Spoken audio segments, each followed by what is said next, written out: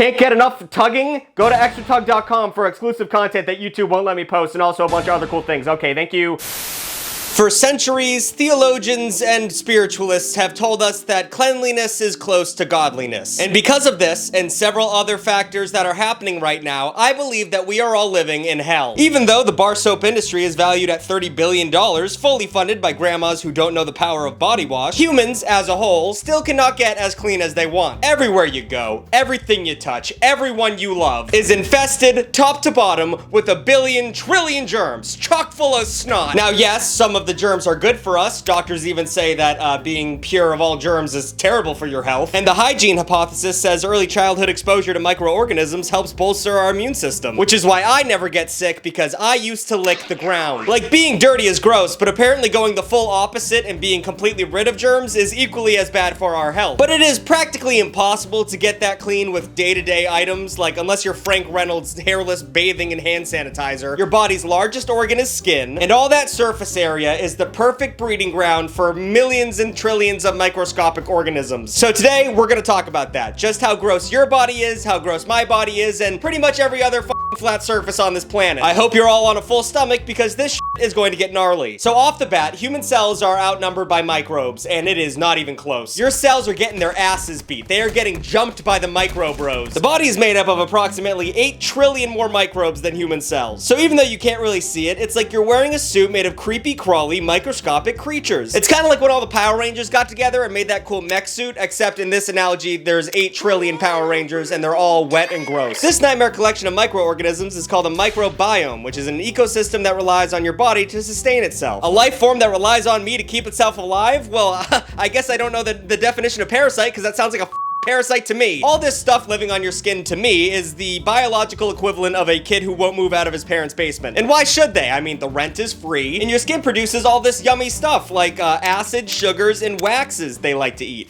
Dude, waxes? My skin is making wax for little things to eat? That's upsetting. But what exactly are the kinds of microbes that are dancing on your skin? Well, let's start somewhere horrible. How about skin spiders? Demodex mites love chewing down on your pores' waxy secretions. To be more specific, waxy sebum secretions, which is a real scientific term and not some kind of porn thing. So you have mites all over your body, and they look like this. That's on you right now. It's crawling up your arm as we speak. But Tucker, you ask, where is this abomination mostly located on my body? Well, don't worry, they mostly hang around on your face. They're really into your face, so you know, do you feel itchy? I feel itchy. These guys are known to roam around your face, nose, and eyelashes. So don't tear off your skin yet, the video's not even halfway over. The average person can have over 1 million mites living on them at once. A 1,000-branch family tree, a lineage of mites living on your body. During the day, these microscopic organisms eat on your waxy secretions, which I might puke by the end of this video. But at night, they crawl onto the surface of your face, and then they have sex on your face at night, which is crazy because, like, you might be having sex at night while something else is having sex on both you and your partner's face. So that's like sexception. And then when they're done, they squirm back into their pores and lay their eggs. So this video was supposed to be fun because I wanted to gross people out, but now I'm just alone in my apartment freaking out about my skin mites. Oh my god, are you aware of Raycon's new and improved earbuds? You're not? Well, then you're a fool. A dirty, rotten fool you are. Well, in that case, let me tell you why Raycon always comes to play when it comes to premium audio experiences. Numero uno, they have updated their tech so that it is better than it ever has been before. We're talking new active noise cancellation that makes it feel like you're floating in gosh darn space. I use it to ignore my relatives at holidays and also to block out my own inner thoughts, which is very helpful for me. We're talking new 32-hour battery life, and I don't know if you're a mathematician or not, but that's more hours than an entire day, and I don't know, that seems pretty good. Then we got a new quick charge function, which means you get 90 minutes for every 10 minutes you charge for it, which is, I don't even understand that. And now they're more weatherproof than ever, so you can sweat your little heart out and not worry about ruining your perfect Raycon earbuds. And let's not forget about the new Raycon personalized protective case covers. The one I have, well, the one I had was purple and it kind of looked like space, and it was nice. I liked it a lot, but I left it in an Uber after he drove 40 minutes in the wrong direction, and I got out due to my own safety, and I left a couple things in there, including a nice hat, but I also lost my Raycon earbuds, but they're sending me more, I assume. Please send them. But because Raycon's earbuds are half the price of other premium brands, why wouldn't you get on board? Because it's doing everything else that other people are doing, but better. Head head to buyraycon.com/BigTugg or click the link in the description to get 15% off your order. That's buyraycon.com/BigTugg, 50% off. Click in the description, I don't know. With thousands of 5-star reviews, you can't go wrong. Thank you to Raycon for sponsoring this video. Back to the other thing I was talking about. Essentially, invisible spiders are getting busy on your face every night. That's what I'm trying to get to. But when they eventually die, they release a protein that tightens up your pores and smooths out your face, so it gives you a more youthful look. So they're helping you that way. Oh, actually, I read that wrong. They on your face when they die. They just shit on your face. These mites never poop. They hold onto their poop their entire lives, so that when they die and decompose, their poop just spills out onto the floor like a water balloon full of shit. A shit balloon, if you will. And by the way, if you're wondering if you have mites or not, the odds are not in your favor. More people have skin mites than herpes, and I don't know if you know this, but over 80% of Americans have herpes, which is an annoying stat to bring up because once you start talking about how many people have herpes and how it's not that big of a deal, you really sound like you have herpes, but 80% of us have it. I'm just saying, it's not that, whatever.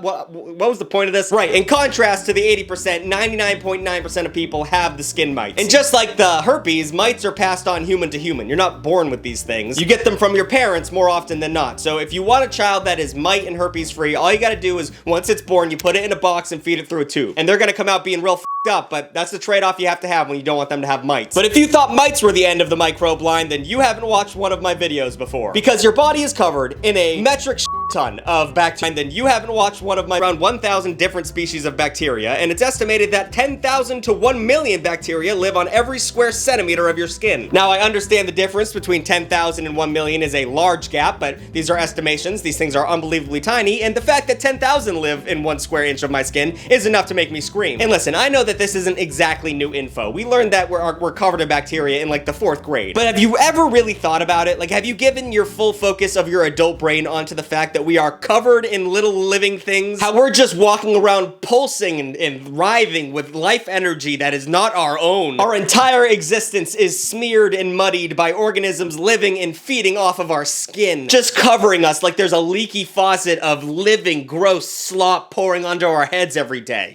Up. But on the flip side, the bacteria is usually pretty chill. They're usually not nightmares. Like mites, most bacteria are harmless, if not downright helpful. Generally, the biggest issue you'll have with bacteria might be because of a buildup of Cutibacterium acnes, which cause zits. That's where zits come from. However, sometimes things go sideways and you end up with something called cellulitis, which can develop into necrotizing skin infection, which, if you don't know, means your skin is rotting off of your body. So bacteria sometimes goes rogue. So in a bit of fun irony, bacteria are needed to help prevent the spread of other more harmful bacteria, and it's our sweat that they feast on. They eat our sweat, which is why we get all stinky when we sweat. But regardless, you know what else loves our sweaty little bits? Fungi. That's right, mushroom on your skin, walking around. Yes, you have fungi crawling all over your skin too, and I didn't even know fungi could move, especially in oily areas like your skin and scalp. Now, like the other 2 entries, this is totally normal until it's not, until it gets bad. An overgrowth of the fungi, Malassezia, whatever, causes your body to speed up skin cell renewal, which produces flakes of dead skin that we call dandruff, which, ew,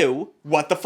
I thought dandruff had to do with like dryness. Like I had a dry scalp. You're telling me my skin flakes because a cluster of fungi is growing under my skin? Oh my god. Athlete's foot also starts from several different fungi, all of which love warm, damp little areas, aka your piggies. And fun fact, you don't have to be an athlete to get athlete's foot. Something that made me extremely angry when I went to the doctor and they told me I had athlete's foot. And there's also jock itch, which is a fungal infection of the groin and butt. And I don't know why all these funguses and fungi have their names based off of like athlete. Like, I'm not wearing a jock strap, why does my penis itch? Okay, let's move on from our bodies for a second. Let's focus up on the larger world. So we are biologically covered in filth all the time, but in some f***ed up ironic twist, it's essential for our health. And maybe we could all deal with that if it wasn't for the fact that everything else that we touch is also covered in all the time too. And not like, I'm not being folksy, it's covered in germs and literal poop on everything. So let's take a gander at all the dirtiest stuff we touch daily so that I can give you all the panic attack that I had while writing this script. All right, up first, number 1, money. As Wu-Tang Clan and Joey Badass once said, money rules everything around me, which is a bummer because you're practically surrounded by used, unflushed toilet paper. 67% of Americans still use paper money, which is disgusting considering that paper money carries more germs than a household toilet. When you hand the cashier a crisp Jackie for for one of your Fireball fifths and a tin of Zins, you're basically handing them a piss-covered turd. Money is disgusting, and in no situation ever in your life should you ever put money where your mouth is. Never put money anywhere near your mouth. I'm sure we all have an idea of what a penny tastes like because we were dumb toddlers at one point and we all put f***ing shit in our mouth all the time. But in your adult life, don't do that. Don't do that at all. It's disgusting. Dollar bills aren't just covered in harmful microbes. They're also 90% of them have cocaine traces on them, which is a crazy thing that I thought was just a myth until I looked it up and Snopes says that is true. Now, more specifically, it's the $50 bills and the $100 bills that are more covered in cocaine because, you know, coke addicts love to use $100 bills. And if you're doing coke with a $1 bill, you don't got the aesthetic down right. You shouldn't be doing coke in the first place, but Jesus Christ, have some pageantry. But a big reason why all the money is covered in shit in cocaine is because when you put it in the ATM, the brushes and spinny things cover every other dollar bill in the same shit. So if you have one cocaine poop dollar, suddenly you have hundreds of thousands of cocaine poop dollars. And while viruses and bacteria usually only last up to 48 hours on any given surface, because dollar bills are made of a cotton hemp blend, they can last up to 17 days on that surface. So God bless this great nation. Oh, but what's that? You use Apple Pay. You're living in the future? Well, you're also a dipshit because your phone is disgusting. One study revealed that 50% of all phone screens were covered in the same bacteria found in cockroach feces. What? Not just normal poop? Cockroach poop? That's gotta be the lowest form of poop out there. And 100% phones had E. coli on them. You know, actual human shit.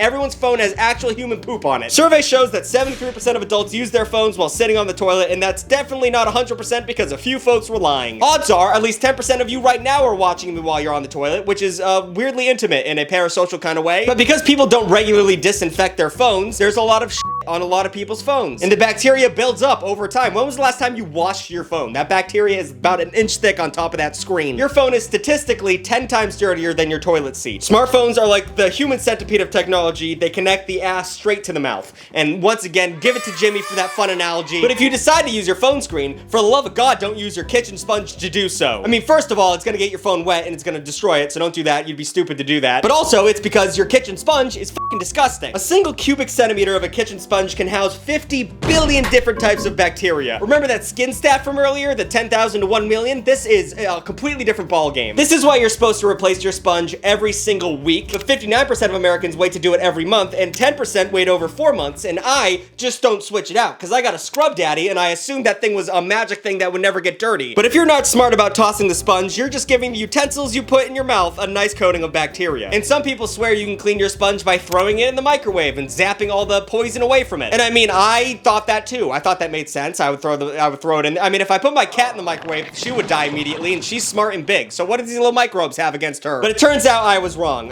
In tests, when you microwave a sponge, it only kills about 60% of the bacteria, and then it just multiplies, and then it's back to 100% within like a day. But I challenge you to go and microwave your kitchen sponge. Get it a little wet first so it doesn't catch on fire, but then put it in there and like hit it for 30 seconds, and then take it out of the microwave, and you will see a cascade of steam that smells.